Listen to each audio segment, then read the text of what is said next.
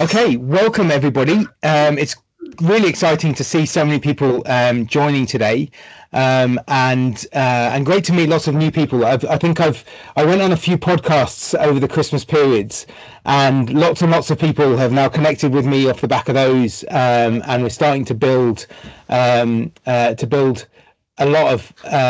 Oh, I'm getting pinged by the lobby thing. Hang on. We're starting to get a lot of new people into the community and things. So welcome everybody who's seen some of my stuff. Some people may not have seen anything about what we're up to. So this is really a bit of an introduction and a chance to get to know each other, and hopefully to give you some ideas about things that we can potentially do together. What we're going to talk about today, I'm just going to call out a few bits and bobs of free stuff that we're doing, that we're going to give away towards the end of the session.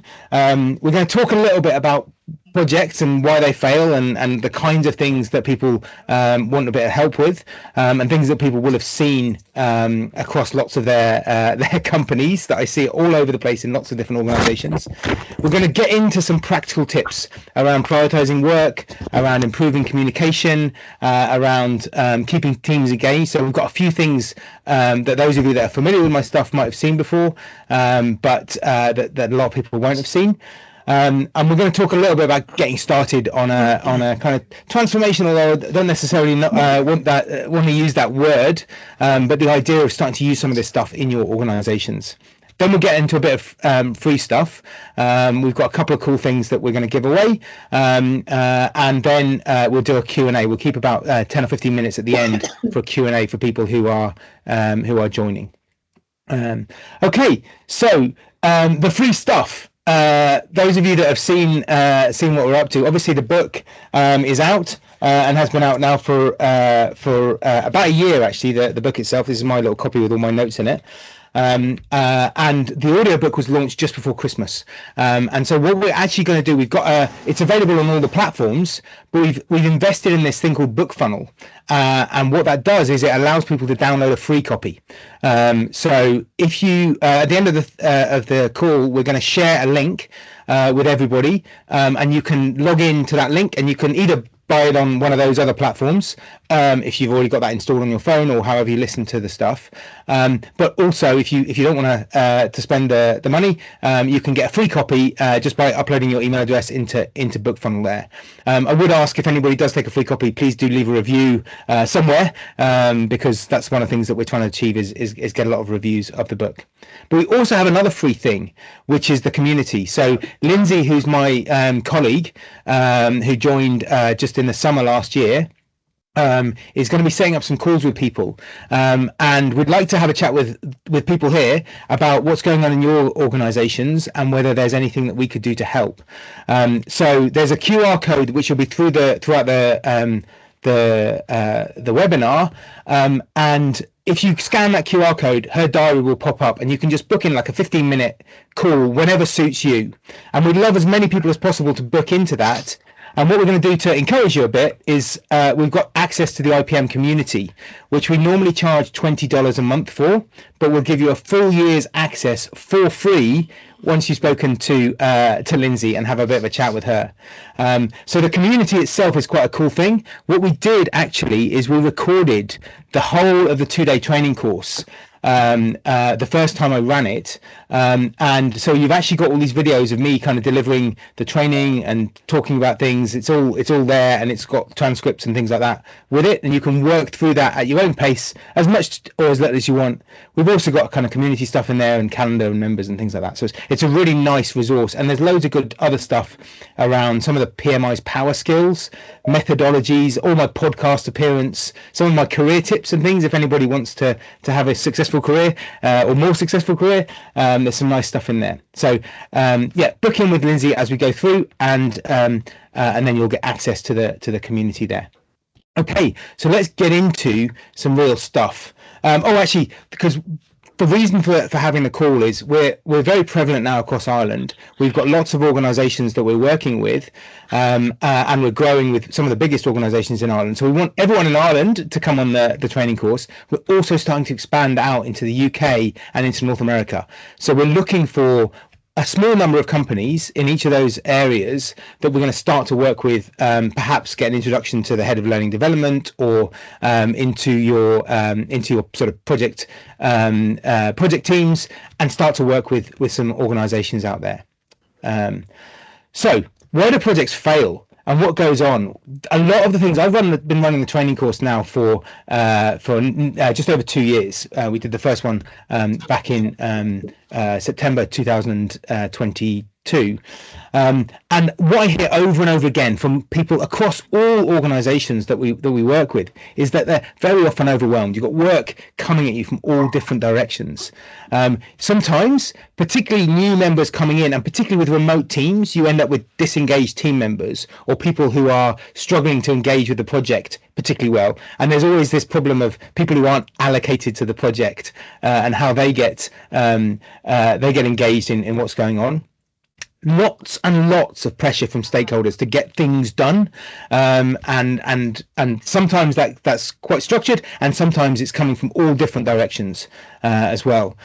A lot of organizations, particularly bigger organizations and particularly heavily regulated organizations, have this documentation and process that's very, very heavy. And for me, I think there's an interesting challenge there around, perhaps you can't change that. That's not necessarily an easy thing to change, although sometimes I am working with some companies to reduce that. But actually to work within those constraints and still be really, really impactful in your project delivery.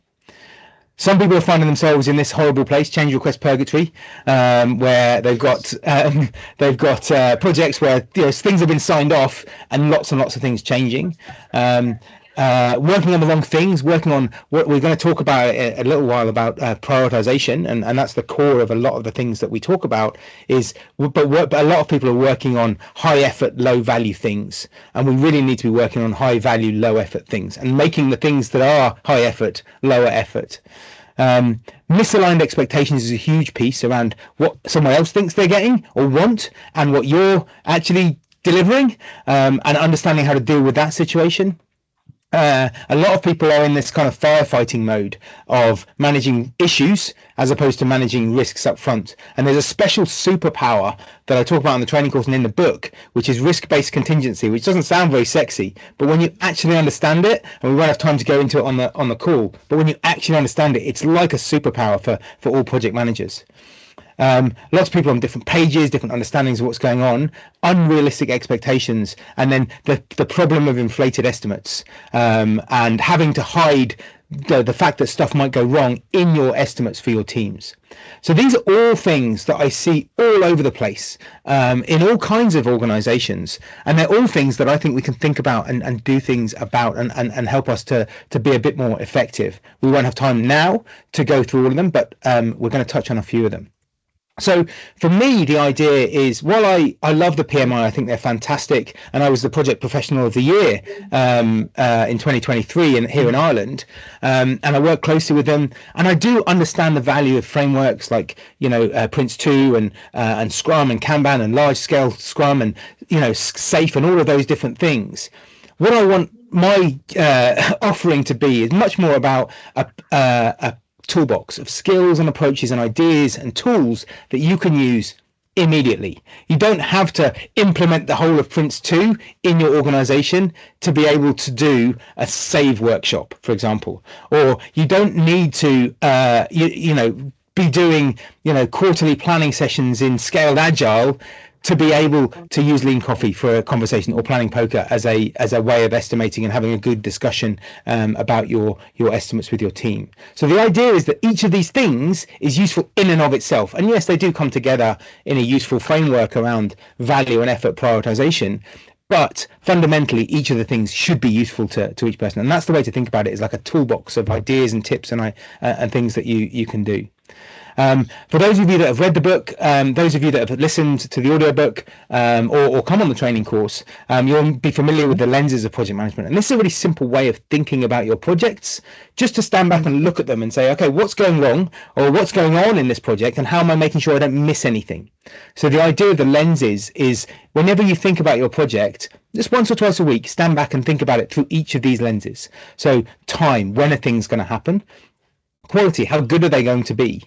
Cost, how much money are we spending? Scope, what's in and what's out of scope?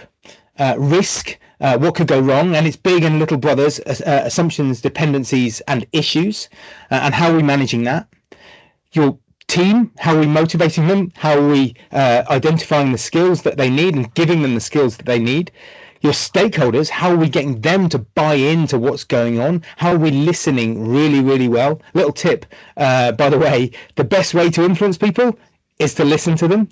It's a really straightforward thing, but it's a mindset shift for a lot of people. Stop telling, start listening, and then all of a sudden lots of things unlock. And then the big one that I always talk about is prioritization. Like choosing to work on the highest value, lowest effort things is an absolutely huge part of successful project management and project delivery of any type of project. And having ways that you can have that conversation in a way that's not a blunt, no, we don't have time, but a much better, actually, please can you show me where that should fit on the list of all the other priorities that are going on? And then therefore being able to sort of articulate when it's going to happen. And when we did this in CPL, those of you that know me personally will know I was the Chief Information Officer at CPL. When we did this at CPL and we started asking people to tell us why they needed their thing, approximately 50% of the work that people had been asking us to do disappeared. It was no longer there because it didn't have a high enough business value to actually justify the effort of putting it in place. And all the other things that were worth doing, we were able to just prioritize and just put them onto a plan and make sure that they happened over time and work on the highest value, lowest effort things that people want. So that's what we're talking about here is this concept of a matrix, and what we want to do, we want to be working, don't want to be in this high effort, low value place. We want to be in this high value, low effort place. And again, for those of you that have read the book, you'll be familiar with Jill and John. And John is the kind of stressed out project manager. Me back in 2016, before that incident that some of you will have heard about on the podcasts, where I ended up in hospital, trying to deliver with effort rather than necessarily understanding all the different ways of doing this stuff. And he spotted that there's a couple of coconuts up there in the tree, and he's trying to go after them, but he doesn't know how to do that thing where you climb up the tree and you tie your feet together. So he's trying to build a scaffold to get that going, and he's struggling with it. Whereas Jill took a bit more time, had a bit more thought about the thing that was going on, and she's looked around the island and she's found this lovely pool full of fish. She's just sharpened up a stick and she's just all day long getting high value out of the pool. And I think that's the way we should think about a lot of the work that we do. Like, how can we find the high value, low effort stuff?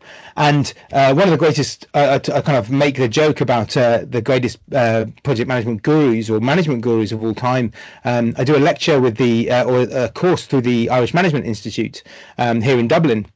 And they had Jack Welch, they had Peter Drucker, they've had all these kind of luminaries of project management at their facility there in Sandyford. For me, this guy I think is one of the best, Barlou the Bear. And actually, Lindsay bought me. This is kind of a nice thing. She bought me a little copy of that. I don't know if you can see that. So this is Barlou the Bear. And what are you talking about, James? Why are we talking about like the Jungle Book here? Well, when in his song The Bare Necessities, Barlou talks about pawpaws and prickly pears. He says, when you pick a pawpaw or a prickly pear, if you pick a raw paw, well, next time beware. Don't pick the prickly pear with a paw. When you pick a pear, try to use a claw. But you don't need to use a claw when you pick a pear of the big pawpaw. And it's a really simple way of explaining what I think is the fundamental element of so much of the prioritization that we have to do, and all the way from board level down to individuals trying to decide what they do each week, which is, what prickly pear. So a prickly pear is a spiky little thing with not very much value in it, and a pawpaw is a papaya. It's a big juicy yummy thing with loads of values in it. So the question for you guys is, what prickly pears are you currently working on? What high effort, low value things are you doing? If you have to do those things, what clause could you be using? So things like ChatGPT. I just discovered ChatGPT deep research. Incredibly powerful. We were playing with it this morning, and those kind of things are going to be an absolute game changer. But equally, escalation, delegation, using your team well, these are all powerful things that we can use. Saying no, having a difficult conversation, sometimes these are the things that we need to do. But are there any pawpaws that you could be picking instead? If you're working on the highest value, lowest effort thing in your organization, you'll very quickly find that you have all the resources you need. It's going to be incredibly. It's a much more fulfilling project, because if you find that you've got an issue that comes up, the value is so much above the cost of the delivery or the effort of delivery, that you're just going to find people who get behind you and want to give you the things that you need to support you. So the way that prioritization happens in most organizations is something like this. People might have heard of the Moscow prioritization approach. Must, should, could, won't.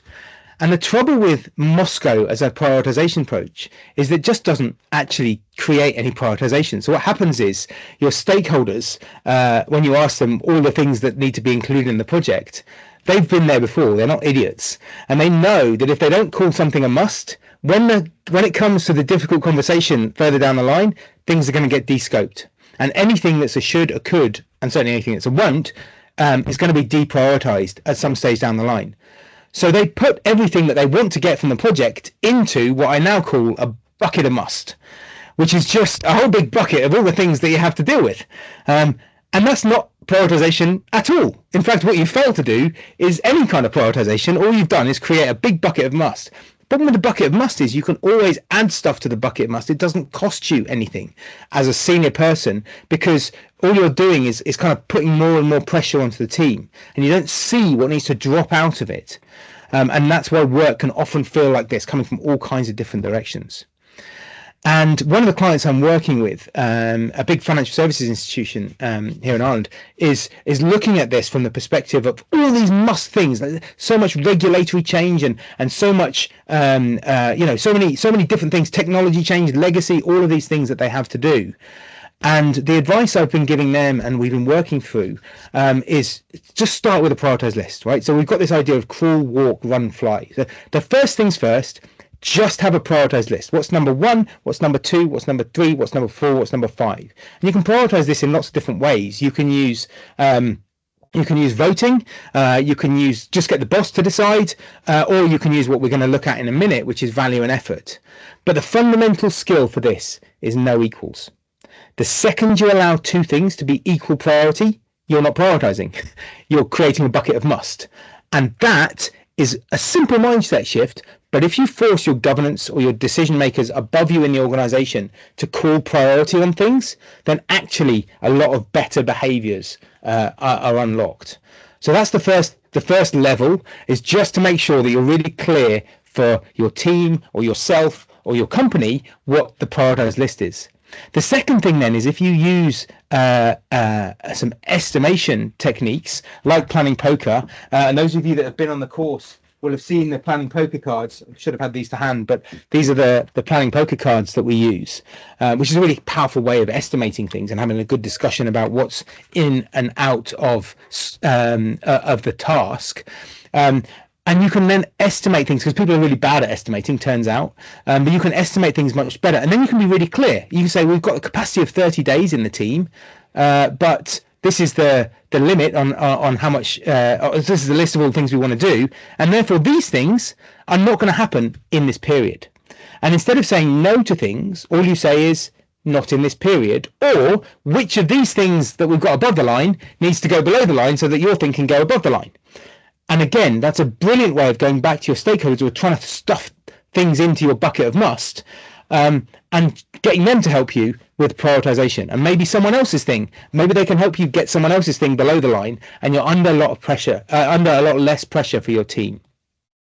If you can then articulate the value of the things as well, and again, this is something we talk about in the training course, actually estimating the business value and getting people to articulate that, you put that into your understanding of your prioritization, and you can see that the highest value, lowest effort things, so the value per day that's delivered by the effort of the team, bubble up to the top. Now, you might have to change this around. You can't build the roof before you build the walls, for example, but it's a great indicator of showing that you're working on the highest value, lowest effort things.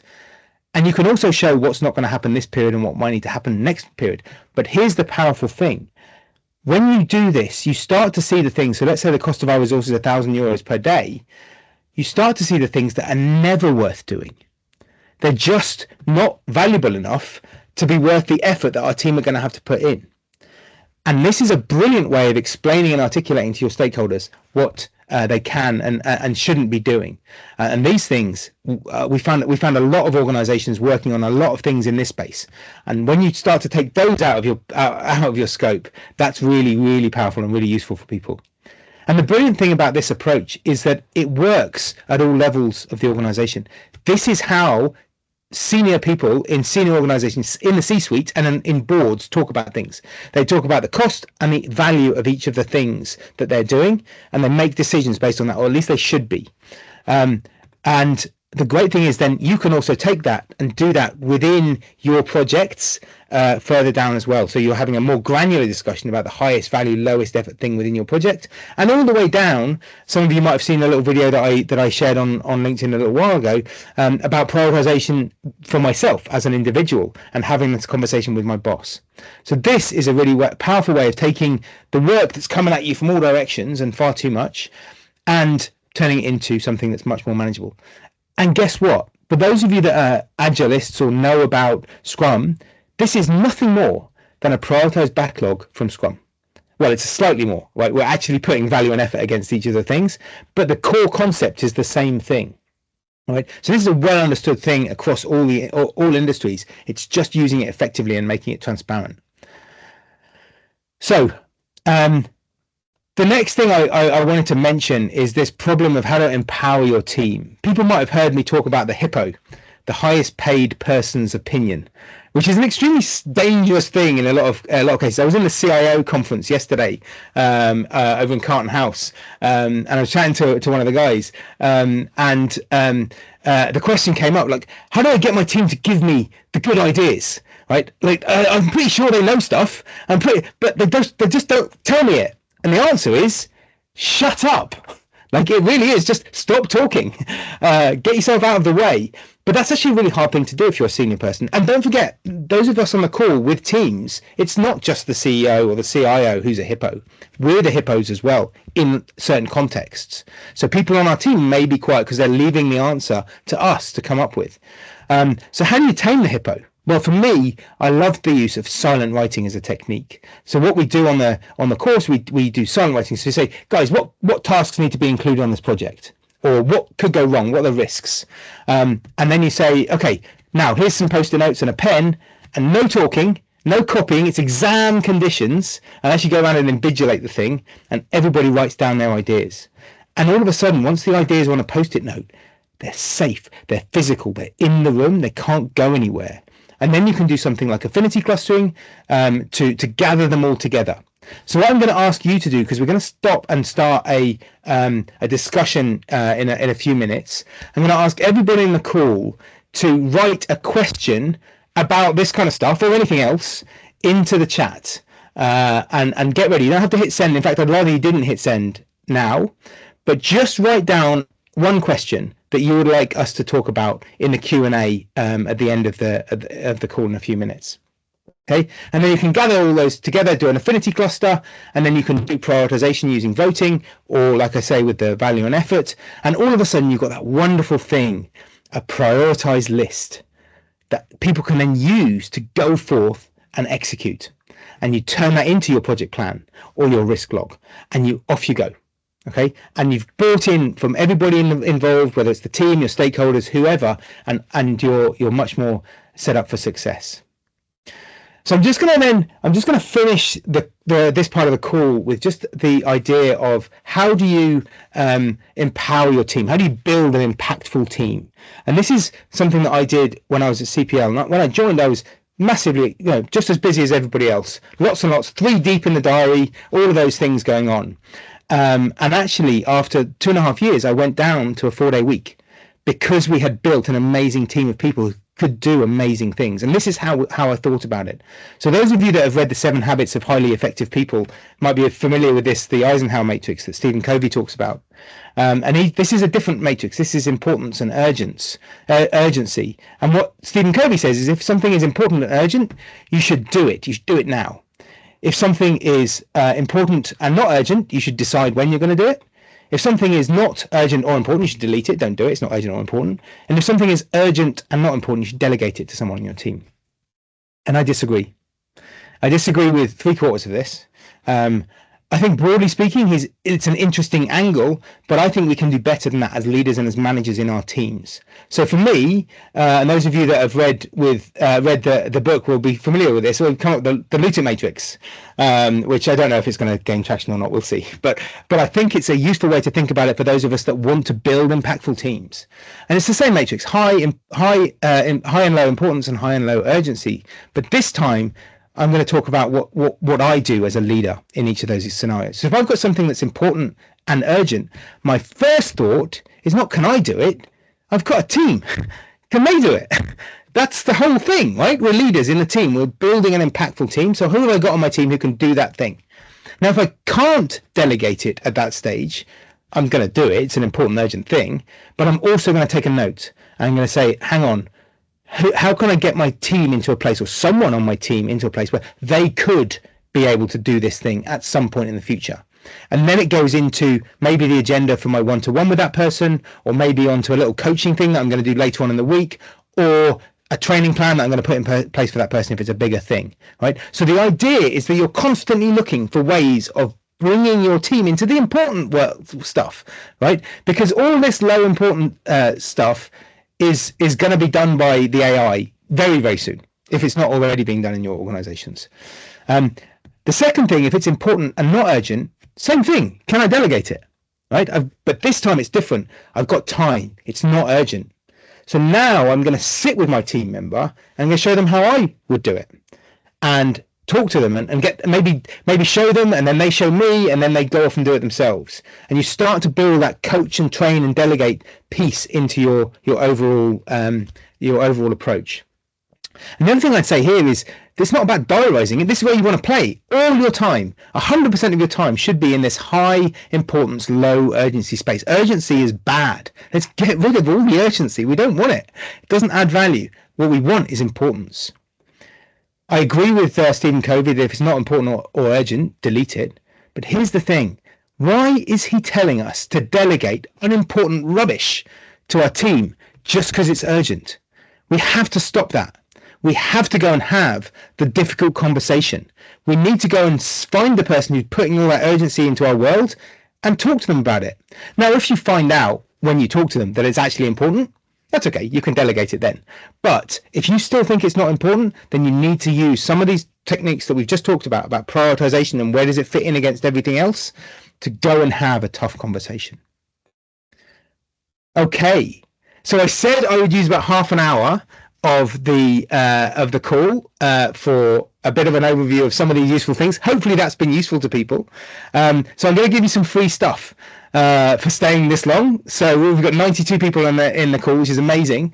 So Avery, I'm going to ask you, would you mind popping the link for the free book into the chat?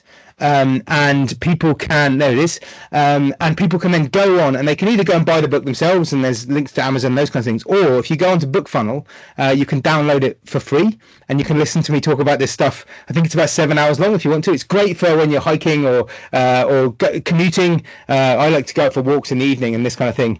I don't listen to my own book over and over again. I listen to other people's books, but it's a really good way of kind of engaging with the stuff. And then I would say for the community, now's a good time if you would like to book in a call with Lindsay to have a chat with her, and then potentially down the line have a chat with me about how we might come and help your organizations, because we do a lot of stuff with training and consulting and helping to embed these things, and in a lot of cases all we need is an introduction to the learning development team, or the CIO or the head of projects, and we can start a conversation there. So if you should be able to just get your phones and just use the QR code there to have a go, and anybody who does book that will get access to that community for let's say at least a year. I haven't actually figured out whether we're going to kick anybody out of it. I don't think we will. So you might get lifetime access, but basically to use that community, and then you can engage with all kinds of useful things there. So you can either use the QR code or email admin@impactfulpm.com. So with that, I'm going to ask all those people who put a question into the chat to hit send, and let's see what the questions are that we've got. So let's open up the question here. Loads of good questions. Excellent. So let's have a look now. So okay. So eating that. Someone's keeping their camera off. Okay, we'll ignore that. Mike's okay. Okay, Q&A. Okay, how would you help your tech team to get unstuck when they're caught in the loop of chronic repetitive issues? This is a high value, high impact task that they're working on, but facing major delays. Okay, so one of the things I would do if you're in this with your team, who's asked this question actually? Olga. One of the things I would do with your team is I would stand back and I would run something like a lean coffee discussion. Lean coffee is described on page 40 in the book, and it's covered in the audio book as well. But basically what you do is you sit down with your team and you ask them the question, what would you like to talk about? And it can be what would you like to talk about, or it can be a bit more specific. In this case, you might say, okay, well, what's causing these issues? And you give everyone a post-it note and a pen, and you say, okay, guys, write down what you think we should be talking about.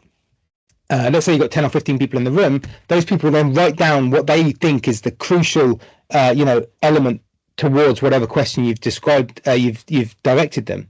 You put that up on the board, and now you've got 10 questions on the board, and then you give everyone a pen, just a little like a whiteboard marker or something like that, and you give them say 5 votes each, and you get them to vote for what they think is the most important thing that you should spend that time talking about. And then once everybody's done that. That takes a few minutes because everyone has to read the questions and stand back and then lean forward and put their votes in. But then you add up the little votes and you find the biggest thing that your team want to talk about, okay? Because it's the one with the most votes. And you create a little Kanban board on your wall or on your flip chart. Things we're going to talk about, things we're talking about, things we've talked about.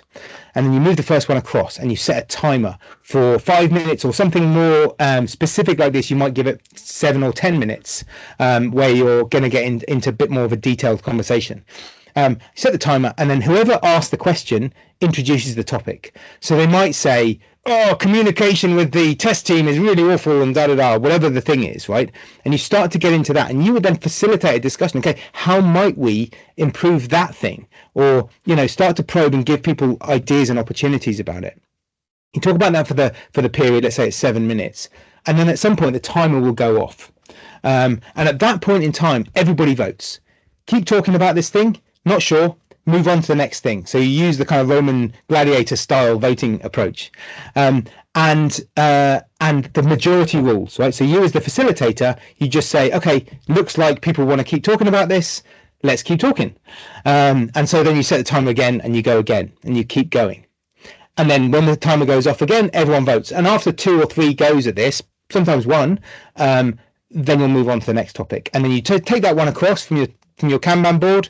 So things we're going to talk about, things we've talked about, things we're talking about, things we've talked about, and you move it across onto the next side. And then you move the next one across and you start talking about that. And that way, what you've done is you've given everybody in the room a chance to raise a question. You've found the most popular question by getting everyone to vote for it. So you've created an agenda that people care about, and then you've prioritized it even more about what people care about, and then you spend the time efficiently talking about the most important things first, and then you use it. And the other great thing about this, and this is why I use it at the end of the training course, is you can then guarantee that you're going to finish on time, right? Because you just don't start the last conversation. You make sure that you finish the conversation on time at the end of the meeting. Really powerful technique, and it's exactly the kind of thing that I would do for that, Olga.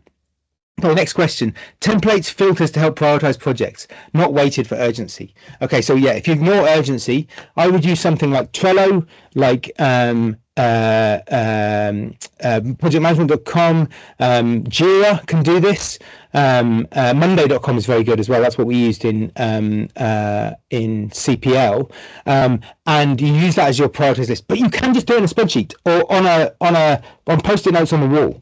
Right. The key is to have a list of all the things you're working on and make it visible and transparent. So I would say that, and then your filters are your value and your effort. So you're going to use your planning poker cards, for example, to estimate the effort of things. And again, that's all covered in the book. And you're going to, you're going to be calling out those things and showing your progress through them.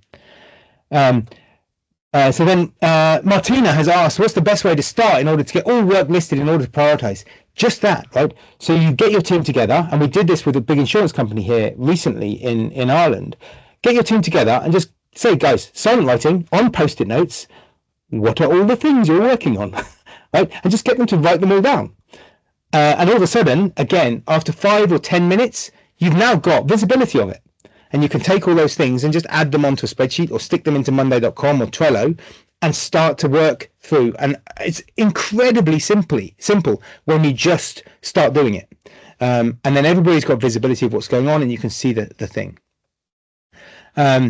Beth, so great question on how effective is silent writing in a virtual meeting session. So I tend, when I first got asked this question, I would have recommended, and I would still recommend, that you do this kind of thing in person if you can. However, that's not always possible, and I would still recommend you do these kinds of techniques, but you can do them virtually. So just like we did here, right? You get your people to write their stuff in the chat, and then you don't let anybody hit send, because if you hit send, the first person's question, everybody will see it, and all of a sudden they'll be influenced by that, and you've created another hippo problem. It's not necessarily a highest paid person, it's the first person to hit send, but the problem is similar because you're being influenced by all the other people who have, or by that person who asked the first thing. So I would say, everybody write down your ideas in the chat, and then once that's all done, you go 1, 2, 3, send, and then you get the ideas through like that. And then what you might need to do then, have a bit of a break and bring those onto your Miro or your mural board, or into your whiteboard in Teams, and that works really, really well as well. Thank you. Okay, no problem at all. Roy, do you want to ask your question? I've realised I'm going to just take a sip of water, so I'm going to ask Roy to come off mute there and ask your question. Yeah, but you get a challenge with some teams that the reluctance to make decisions. Yeah. So how do you encourage, support, drive the ability in the team to make their own decisions? So a lot of this comes down to what happens when decisions go wrong. So and decisions need to be made at the right level. So some things need to be made by the CEO or by the board. Some things need to be made by the project manager, and a lot of things should be being done by their team. And I think your behavior when stuff goes wrong is a huge element of how you enable those teams. It's a cultural question, right? So we were on stage yesterday at the CIO conference. There were a couple of people talking about failing fast and sort of rewarding failure. And I think your language as a leader makes a massive difference to this. On one of my teams in the past, we had a huge issue that was caused by one of the guys who'd done something a bit wrong, right? He didn't know how to do it, and he had a go, and it made a big issue. And I made a point the next morning of going up to him and saying, look, would you jump into the room? I just want to have a quick chat with you.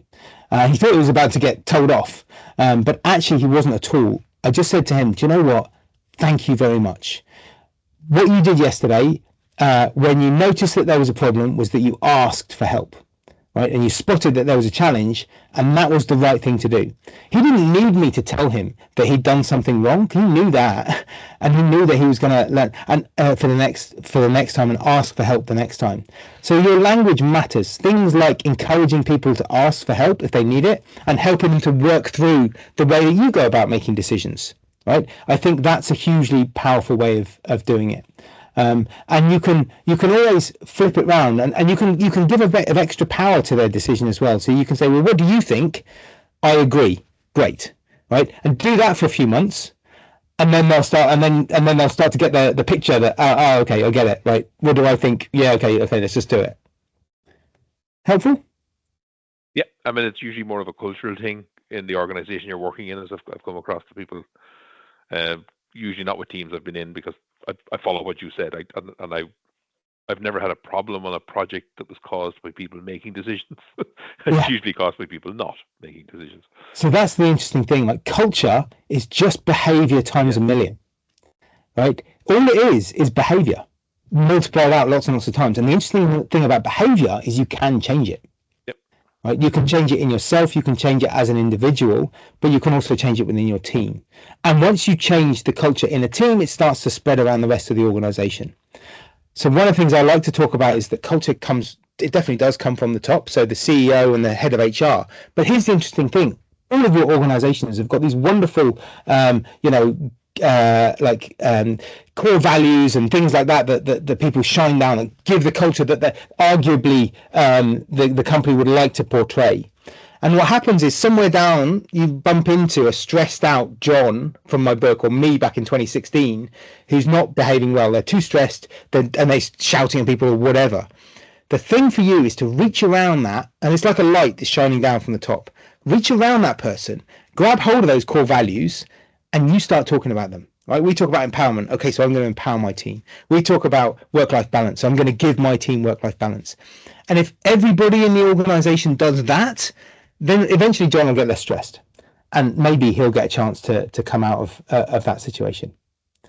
So I don't think we've got any time for more questions. I see that there are some more, and we might try. There's loads more actually. Goodness, see that silent writing technique does work, even on a call with lots and lots of people on it. So what we're going to do, I'm going to ask everybody if you could to use the QR code there to book in a quick call with Lindsay, whenever suits you. She's a decent number of slots in her diary in the next couple of weeks. Have a chat with her, and then and maybe off the back of that, you'll have a chat with me, and we can see what happens next. But in the meantime, you've all got access, hopefully, to download the book, and you can listen to that. You'll get access to the community as well, which is a wonderful place to share ideas and have some of these discussions. And I'll be on LinkedIn. I'm planning on doing this for at least the next 20 years, possibly the next 40. So we'll see how we go. But I'll be on LinkedIn, so do ping me on LinkedIn, and stay connected. And I'll say thanks ever so much to everyone for joining. It's actually amazing to have, I think at one stage we had approaching 100 people on the call, which is incredible. Thank you ever so much for joining. And yeah, happy delivery, as I used to say. Thank you. Thanks very much. Thanks. Thank you. Bye-bye. Thank you. Thank you. Thank you. Bye. Thank you. Thank you very much. Cheers.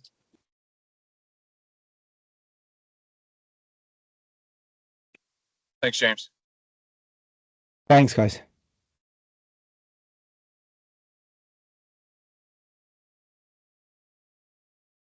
Okay, I'm going to see if I can stop the recording there.